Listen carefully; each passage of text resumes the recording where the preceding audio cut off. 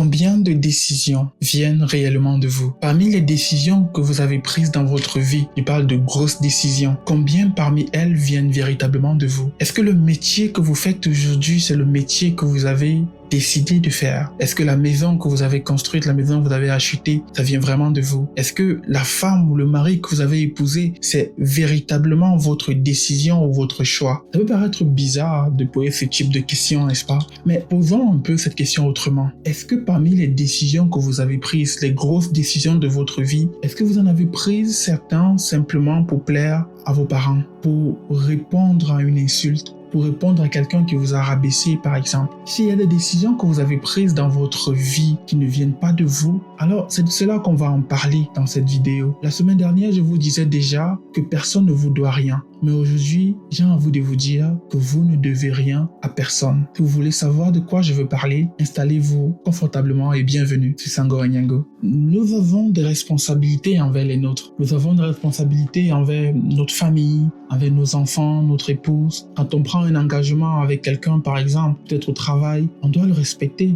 C'est pas dans ce sens-là que je suis en train de dire que nous devons rien à personne. Je suis pas en train de dire qu'il faut pas être reconnaissant. Non, il faut être reconnaissant envers les gens qui ont posé des actes positifs dans nos vies, qui nous ont orientés, qui ont fait des sacrifices pour nous, comme nos parents, par exemple. On doit être reconnaissant. On a une responsabilité envers beaucoup de personnes dans la vie et envers la société. Mais être reconnaissant et avoir des responsabilités, c'est différent de devoir sa vie à quelqu'un. C'est différent de vivre la vie que ces personnes-là veulent qu'on vive. C'est différent d'abandonner complètement ce dont on a envie, ce qu'on a envie de faire, tout simplement pour faire exactement ce que quelqu'un d'autre a pensé pour nous à notre place. Eh bien, c'est deux choses complètement différentes. C'est pourquoi j'aimerais qu'on parle un peu de nos parents. Commençons par parler de nos parents. Nos parents ont fait pour la plupart beaucoup de sacrifices pour nous. Pour ceux qui sont afro-descendants, la plupart de nos parents ne cessent de nous le rappeler. Ils ont fait beaucoup de choses pour nous. Ils se sont sacrifiés. Parfois, ils avaient une famille très nombreuse, mais ils ont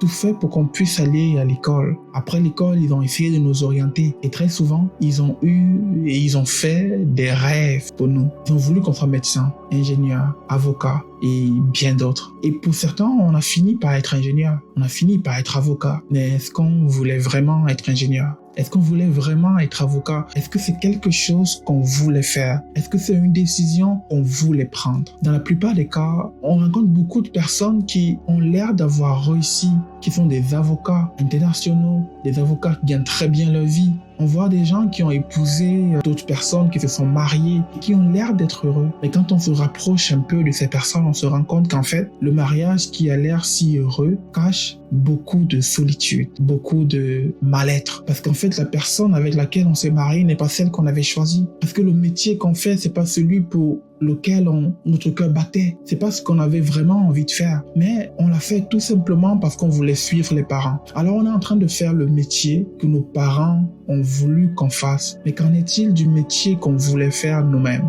On a épousé la personne que nos parents voulaient qu'on épouse. Mais qu'en est-il de la personne qu'on voulait véritablement épouser? La personne qu'on aimait vraiment? On fait confiance aux parents. On écoute leurs conseils. Mais il y a une grosse différence entre écouter un conseil et vivre la vie que nos parents, que nos aînés ont rêvé pour nous, ont voulu qu'on vive.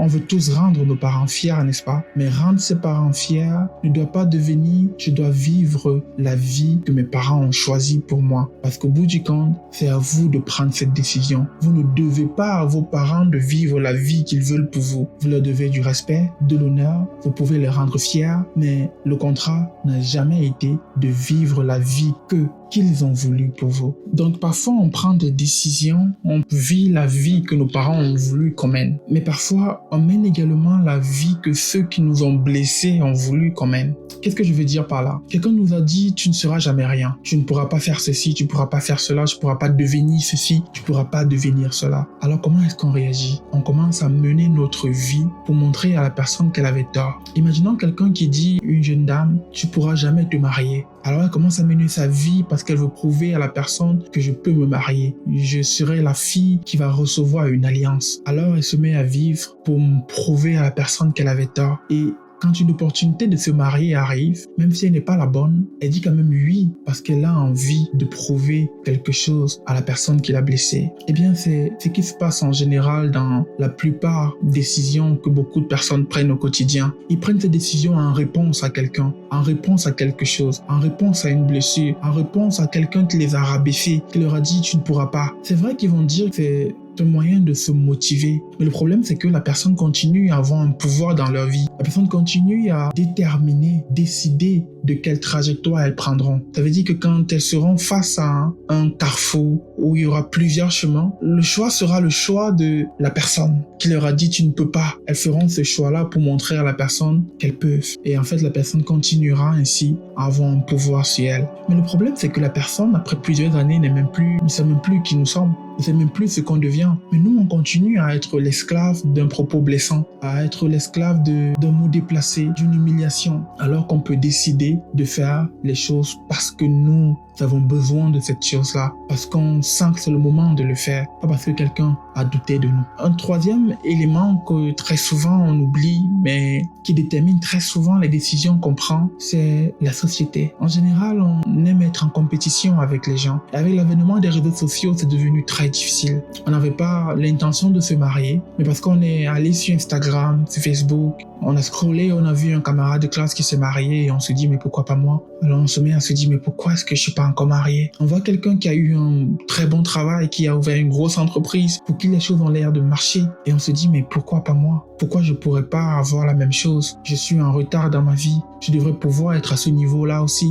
Quelqu'un a acheté une maison récemment, il invite ses amis pour l'inauguration, on est parmi ces personnes qui ont été invitées et on se dit mais pourquoi est-ce qu'on est arrivé au même moment dans ce pays, mais il a déjà acheté une maison et pas moi? En fait, ce sont des pressions qu'on se met, des comparaisons qui détruisent notre vie, des comparaisons qui nous donnent l'impression qu'on est en retard. Mais le fait que quelqu'un achète une maison, se marie, a un bon travail, ne veut pas dire que la personne est en avance. La personne vit tout simplement sa vie et c'est à nous de vivre la nôtre. C'est à nous de nous demander qu'est-ce qui est bon pour moi, qu'est-ce que je veux atteindre, qu'est-ce que je veux atteindre, pas qu'est-ce que la société va penser de bien. Qu'est-ce que la société verra en bien chez moi? Non, c'est qu'est-ce que moi je pense être bien pour moi. Parce que je vais vous dire une vérité, tout le monde n'est pas appelé à être marié, tout le monde n'est pas appelé à être entrepreneur, tout le monde n'est pas appelé à être propriétaire, tout le monde n'est pas appelé à être riche. Nous ne sommes pas venus dans ce monde pour avoir le même type de vie. Il y a des gens qui ont des vies d'artistes, d'autres ont des vies d'entrepreneurs, d'autres de salariés, d'autres de locataires, d'autres de propriétaires. Et chacun peut bien vivre sa vie et être heureux à sa façon. Le plus important, c'est d'assumer les choix qu'on fait. C'est de pouvoir se regarder dans une glace à la fin et se dire « J'ai mené la vie que je voulais mener.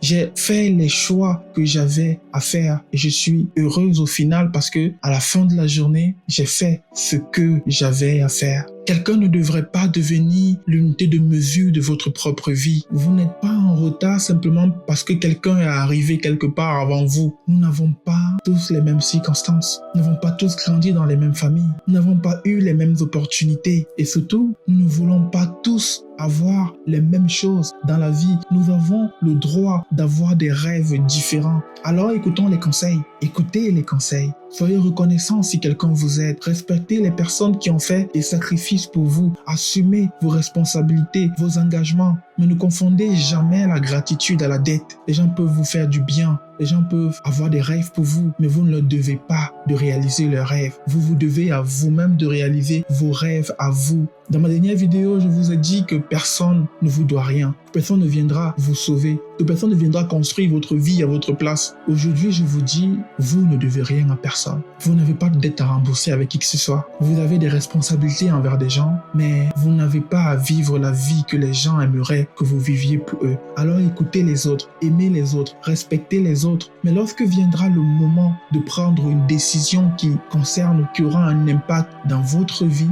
assurez-vous qu'au milieu des voix de vos parents, des voix de ceux qui vous ont blessé, qu'au milieu des voix de la société, des statuts WhatsApp, TikTok, de la vie que les gens ont et qui vous mettent cette pression-là, assurez-vous qu'au milieu de ces voix-là, vous réussissez toujours à entendre votre voix et que vous ne faites pas que l'entendre, vous l'écoutez et vous suivez votre propre voix. Prenez soin de vous.